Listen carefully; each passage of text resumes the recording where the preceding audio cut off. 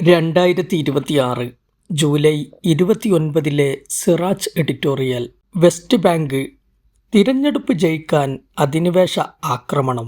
ഗസയ്ക്ക് പിറകെ വെസ്റ്റ് ബാങ്കിലും അധിനിവേശ ആക്രമണം വ്യാപിപ്പിക്കുകയാണ് ഇസ്രായേൽ സൈന്യം.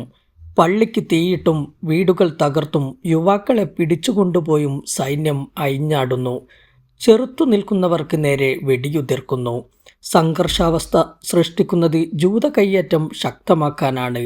വെള്ളിയാഴ്ച മുതൽ തുടരുന്ന സൈനികാക്രമണത്തിലും ജൂത തീവ്രവാദികളുടെ അതിക്രമങ്ങളിലും 7 പേർ മരിച്ചു. നിരവധി ഗ്രാമങ്ങളിൽ ഇപ്പോഴും സംഘർഷം തുടരുകയാണ്. നബ്ലസിന് തെക്കുകിഴക്കുള്ള ഗുസ്രയിൽ അടുത്തിടെ നിർമ്മാണം പൂർത്തിയാക്കിയ മസ്ജിദിനാണ് കഴിഞ്ഞ ദിവസം തീവെച്ചത്. മേഖലയിൽ നിന്ന് ഫലസ്തീൻ പാരമ്പര്യം തുടച്ചു നീക്കുകയും മുസ്ലിങ്ങളെ പ്രകോപിപ്പിച്ച് സംഘർഷാവസ്ഥയുണ്ടാക്കുകയുമാണ് പള്ളികൾ ലക്ഷ്യമിടുന്നതിൻ്റെ പിന്നിൽ. വെസ്റ്റ് ബാങ്കിൽ സൈനിക നടപടി വ്യാപിപ്പിക്കുമെന്നും തീവ്രവാദികളെ നേരിടാൻ മറ്റു വഴികളില്ലെന്നുമാണ് ഇസ്രായേൽ പ്രധാനമന്ത്രി ബെഞ്ചമിൻ നെതന്യാഹു പറയുന്നത്. നിരായുധരായ കൃഷിക്കാരും അഭയാർത്ഥി ക്യാമ്പുകളിൽ കഴിയുന്നവരുമാണോ തീവ്രവാദികൾ? സ്വന്തം വീട്ടിൽ നിന്ന് ഇരുട്ടി വെളുക്കുമ്പോൾ ആട്ടിയോടിക്കപ്പെടുന്ന നിസ്സഹായരായ മനുഷ്യരാണോ തീവ്രവാദികൾ?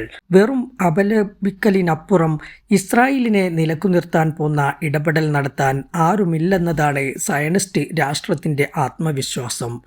എന്ത് സംഭവിച്ചാലും US പിന്തുണയുണ്ടാകുമെന്ന ഉറപ്പിലാണ് ഈ ധാർഷ്ട്യം. ഒക്ടോബറിൽ ഇസ്രായേലിൽ തിരഞ്ഞെടുപ്പ് നടക്കാനിരിക്കെയാണ് നെതന്യാഹുവിൻ്റെ നീക്കമെന്നത് ശ്രദ്ധേയമാണ്. ഗസയുടെ അധികാരമൊഴിഞ്ഞ ഹമാസ് തന്ത്രപരമായ ചുവടുവെപ്പ് നടത്തിയതോടെ US മാധ്യസ്ഥത്തിൽ നിലവിൽ വന്ന വെടിനിർത്തൽ കരാറിലേക്ക് തിരിച്ചുവരാൻ ഇസ്രായേൽ നിർബന്ധിതമായിട്ടുണ്ട്. ഗസയിൽ ആക്രമണ വ്യാപനത്തിന് മുതിർന്നാൽ അത് വലിയ അന്താരാഷ്ട്ര പ്രതികരണത്തിന് വഴിവെക്കുമെന്ന സ്ഥിതിയുമുണ്ട്. തിരഞ്ഞെടുപ്പിൽ ജയിച്ചു വരാൻ കൂടുതൽ ചോര വീത്തുകയല്ലാതെ നെതന്യാഹുവിൻ്റെ മുമ്പിൽ വഴിയില്ല. തൻ്റെ സഖ്യകക്ഷി നേതാക്കളായ തീവ്ര വലതുപക്ഷവാദികളെ കൂടെ നിർത്താനും ആക്രമണ വ്യാപനം വേണം. ഈ സാഹചര്യത്തിലാണ് അധിനിവിഷ്ട വെസ്റ്റ് ബാങ്കിലേക്ക് സൈനിക അകമ്പടിയിൽ ജൂത തീവ്രവാദികളെ വിടുന്നത്. 1967 പിടിച്ചെടുത്ത വെസ്റ്റ് ബാങ്കിലെ പ്രദേശങ്ങൾ പൂർണ്ണമായി ഇസ്രായേലിനോട് ചേർക്കണമെന്നാണ് ധനമന്ത്രിയായ ബൈസലേൽ സ്മോട്രിച്ച് ഉൾപ്പെടെയുള്ള തീവ്ര വലതുപക്ഷ നേതാക്കൾ ആവശ്യപ്പെടുന്നത്. ജോർദാൻ നദിയുടെ പടിഞ്ഞാറൻ തീരത്തുള്ള ചരിത്രപരമായി ഫലസ്തീൻ്റെ ഭാഗമായ പ്രദേശമാണ് വെസ്റ്റ് ബാങ്ക്. ഇസ്രായേൽ, ജോർദാൻ, ചാവുകടൽ എന്നിവയാൽ ചുറ്റപ്പെട്ട പ്രദേശം 5650 ചതുരശ്ര കിലോമീറ്റർ. ഏകദേശം 3 ദശലക്ഷം ഫലസ്തീനികൾ അവിടെ താമസിക്കുന്നു. ഫലസ്തീൻ കുടുംബങ്ങളിൽ നിന്ന് ബലപ്രയോഗത്തിലൂടെ കൈക്കലാക്കിയ ഭൂമിയിൽ അനധികൃത കുടിയേറ്റങ്ങളും ഔട്ട്പോസ്റ്റുകളും നിർമ്മിച്ച് അധിനിവേശം തുടരുകയാണ് ഇസ്രായേൽ. ലോകത്ത് ഏറ്റവും വേഗം അധിനിവേശം നടക്കുന്ന ഭൂവിഭാഗമായാണ് ഈ പ്രദേശത്തെ UN കണക്കാക്കുന്നത്. വെസ്റ്റ് ബാങ്കിൽ രജിസ്റ്റർ ചെയ്ത 8,71,000 അഭയാർത്ഥികളുണ്ട്. ഇസ്രായേൽ രൂപവൽക്കരണ ഘട്ടത്തിൽ 1948 നഖ്ബയിൽ കുടിയിറക്കപ്പെട്ടവരും അവരുടെ പിന്മുറക്കാരുമാണ് ജനിൻ അടക്കമുള്ള അഭയാർത്ഥി ക്യാമ്പുകളിൽ കഴിയുന്നത്. 1967 6 ദിന യുദ്ധത്തിലാണ് വെസ്റ്റ് ബാങ്കിൻ്റെ പ്രധാന ഭാഗങ്ങളിൽ ഇസ്രായേൽ ആധിപത്യം സ്ഥാപിച്ചത്. ഈ പ്രദേശം ഫലസ്തീൻ്റെ അവിഭാജ്യ ഘടകമാണെന്നതിന് 1949 ജനീവ കൺവെൻഷൻ്റെയും പിന്നീട് വന്ന ഓസ്ലോ കരാറിൻ്റെയും നിരവധി രക്ഷാസമിതി പ്രമേയങ്ങളുടെയും ഏറ്റവും ഒടുവിൽ അന്താരാഷ്ട്ര നീതിന്യായ കോടതിയുടെ വിധിയുടെയും പിൻബലമുണ്ട്. വെസ്റ്റ് ബാങ്കിലെയും കിഴക്കൻ ജെറുസലേമിലെയും ഇസ്രായേൽ അധിനിവേശത്തിൽ ഏറ്റവും ശക്തമായ സമീപകാല ഇടപെടൽ നടത്തിയത് യൂറോപ്യൻ യൂണിയനാണ്.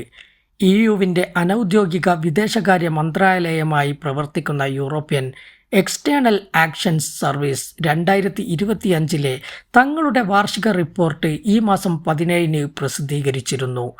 ജൂത സെറ്റിൽമെൻറ്റുകളുടെ നിർമ്മാണം കേവലം ജനസംഖ്യാപരമായ വിപുലീകരണത്തിൻ്റെ ഭാഗമല്ല, മറിച്ച് ഇസ്രായേലിൻ്റെ കേന്ദ്രീകൃതവും ഏകീകൃതവുമായ രാഷ്ട്രീയ പദ്ധതിയുടെ ഭാഗമാണെന്ന് വ്യക്തമാക്കുന്ന വിശദമായ തെളിവുകൾ ഈ രേഖയിലുണ്ട്.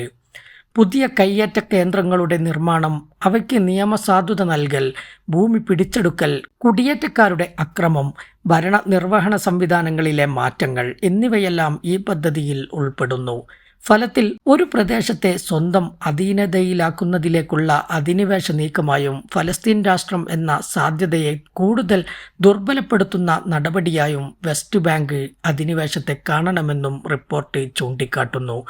കിഴക്കൻ ജെറുസലേം ഒഴികെയുള്ള അധിനിവിഷ്ട വെസ്റ്റ് ബാങ്കിൽ 2025 മാത്രം 54 പുതിയ ഔദ്യോഗിക കുടിയേറ്റ കേന്ദ്രങ്ങൾക്ക് ഇസ്രായേൽ സർക്കാർ അനുമതി നൽകിയെന്ന് റിപ്പോർട്ടിലുണ്ട്. ചരിത്രത്തിലെ ഏറ്റവും വലിയ കയ്യേറ്റമാണിത്. ഈ റിപ്പോർട്ട് തയ്യാറാക്കിയ യൂറോപ്യൻ യൂണിയനോ ഇത് ഫയലിൽ വാങ്ങിവെച്ച UN-ഓ മറ്റേതെങ്കിലും ശക്തികളോ ഈ അധിനിവേശം തടയാൻ ചെറുവിരലനക്കുന്നില്ലെന്നതാണ് ഏറെ ദയനീയം. അടിയന്തര അന്താരാഷ്ട്ര ഇടപെടലില്ലെങ്കിൽ മറ്റൊരു വംശഹത്യാ കേന്ദ്രമായി വെസ്റ്റ് ബാങ്ക് മാറും.